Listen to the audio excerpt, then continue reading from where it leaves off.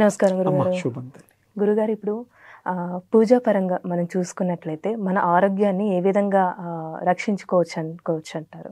పూజాపరంగా ఏకాగ్రతతో, సూర్యోపాసనతో, శక్తోపాసనతో కాకుండా ఇంకా కూడా ఆరోగ్యాన్ని జలం ద్వారా తీర్థంగా చేసి సహస్రనామాలతో కానీ లేకపోతే అమ్మవారి శ్రీలలిత నామంతో కానీ ఏదన్నా బీజాక్షరంతో కానీ కొంత సంకల్పంలో ఏంటంటే మమ సంపూర్ణ ఆరోగ్య సిద్ధ్యర్థం అని చెప్పుకొని దాని మీద లోట లాంటిది ఏదైనా ఉంటే దాని మీద నీళ్లు పెట్టి మూత పెట్టి ఈ చేత్తో మంత్రం కానీ మనస్సు కేంద్రీకృతం చేసి ఇచ్చేస్తే ఆ నీరులో ఎనర్జీ పాస్ అవుతుంది. బాడీలో ఉండే ఎనర్జీ ఈధర్లోంచి వస్తుంది.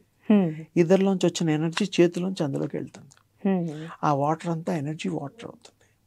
అయస్కాంతంలో కూడా ఉంది, శక్తి ఉంటుంది. అది ఆ వాటర్ని మనం 2 సార్లు 3 సార్లు తాగొచ్చు.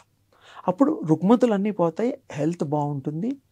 వాటర్ థెరపీలో కూడా ఇది ఒక విశేషమైన మన సాంప్రదాయంలో మంత్రశాస్త్రంలో ఉంది.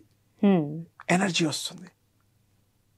అలాగే ఆరోగ్యంగా ఇంకా బాగుండాలంటే మరి ఆహార పదార్థాలు కూడా మీరు ఎంచుకొని అదొక మార్గము. దైవికంగా అయితే ఇది ఫర్ ఎవర్ ఉంటుంది. అది తినకపోతే పోతుంది. ఇది ఒకసారి సంపాదించుకుంటే ఆ శక్తి పోదు.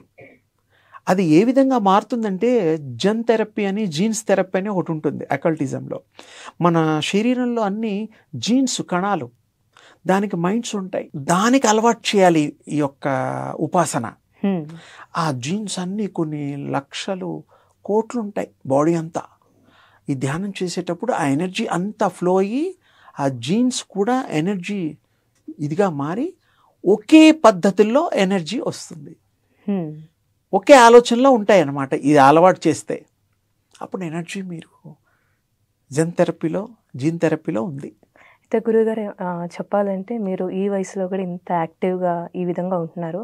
అసలు రోజు అనేది మీరు ఉపాసన అనుకోవచ్చు, అసలు ఏ విధంగా ఉంటారండి ఆరోగ్య విషయంలో? అయితే నేను ఎప్పుడు దివ్య ఆరాధన, దివ్య శక్తిని ఎప్పుడు తలుచుకుంటూ ఉంటాను, స్వీకరిస్తూ ఉంటాను.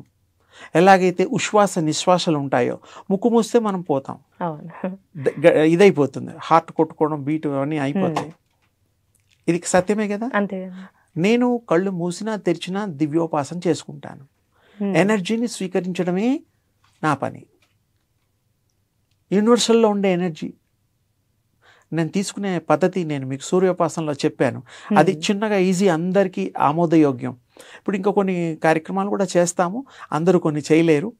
ఈ సూర్యోపాసన మీరు ఇలా దృష్టి పెట్టి చూసి ఆ బింబాల్ని మనం తలుచుకొని రిపీట్ చేస్తూ స్మరణ చేస్తూ నా మంత్రం నా తోయో నా తీర్థో నా భోగో, ఏం అవసరంలా అలా కూడా చేయొచ్చు, మంత్రంతో కూడా చేయొచ్చు. హెల్త్ గ్రేడియంట్ హెల్త్ వస్తుంది, రుగ్మతులు పోతాయి. మీకేమన్నా కావాల్సినవి ఇతరులకు కూడా ఇవ్వచ్చు. ఈ తీర్థం ఇతరులకు కూడా చేయొచ్చు, వాళ్ళ హెల్త్ కూడా బాగుపడుతుంది. ఒకప్పుడు చేసేవాళ్ళం మనం, ఇప్పుడు మనం చేయడం లేదు. ఇప్పుడు కూడా జపాలు అవి కూడా ఇళ్లలో కొంతమంది చేయిస్తుంటారు. ఈ తీర్థ ప్రక్రియలో ఇంత లోతుగా చెయ్యరు, వాళ్ళు పై పైన చేస్తారు. దీనివల్ల వస్తుంది ఆరోగ్యం, వస్తుంది ఐశ్వర్యం, వస్తుంది కోరికలు తీరుతాయి, సంకల్ప సిద్ధులు అవుతారు. చెయ్యాలి. ఇవన్నిటికీ మూలం ఏకాగ్రత. మెయిన్ ఉండాల్సింది. ఒక గంటలో కొంతమందికి ఏకాగ్రత వస్తుంది, కొంతమందికి రోజు పడుతుంది, కొంతమందికి 2 రోజులు పడుతుంది. అంతెందుకమ్మా, దైనందిక జీవితంలో టీవీ చూస్తుంటాం, క్రికెట్ వస్తుంది, మీకు ఇష్టమైన యాక్టర్ది సినిమా వస్తుంది. అప్పుడు ఏం చేస్తారు? తినాల్సి వచ్చినా కూడా కాసేపు అయితే తిందాం లేని సినిమా చూస్తుంటారు. అందులో ఇన్వాల్వ్మెంట్ అయిపోతారు కదా. ఇదెంత సత్యము అంటే మీ ఇంట్రెస్ట్ అక్కడుంది, పెట్టగలగాలి. ఇక్కడ కూడా భగవంతుడి మీద అంత ఇంట్రెస్ట్ పెట్టగలిగినప్పుడు, మంత్రం మీద అంత ఇంట్రెస్ట్ పెట్టగలిగినప్పుడు, సాధన మీద అంత ఇంట్రెస్ట్ మీరు పెట్టగలిగినప్పుడు సాధిస్తారు. అది మీ సొత్తు అవుతుంది. పవర్స్ మీకు వస్తాయి, అన్ని రకాలవి. ఎదుటివాడు మీ మాట వింటాడు, వాక్శుద్ధి వస్తుంది. కొంతమంది చూస్తే భయం వేస్తుంది మనకి, కొంతమంది కళ్ళల్లో కళ్ళు పెట్టి చూడలేము.